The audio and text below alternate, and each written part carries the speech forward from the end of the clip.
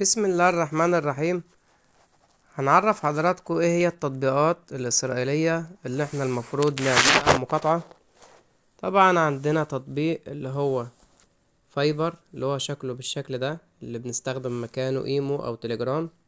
التطبيق دوت طبعا إسرائيلي، المفروض نحذفه تماما. وعندنا برضو تطبيق اللي هو 365 بتاع الكورة.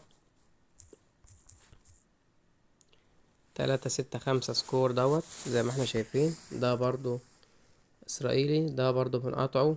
ممكن نبحث على نتائج المباريات من خلال البحث على جوجل. وعندنا آخر موقع اللي هو فايفر، ده برضو نعمل له مقاطعة، اللي هو من خلاله بنطلب شغل ونقدر نعملهم من خلال موقع خمسات، ده بيكون بديل له. دي بعض التطبيقات اللي المفروض نعمل عليها مقاطعة. لو عجبك الفيديو ما تنسناش باللايك، والسلام عليكم ورحمة الله وبركاته.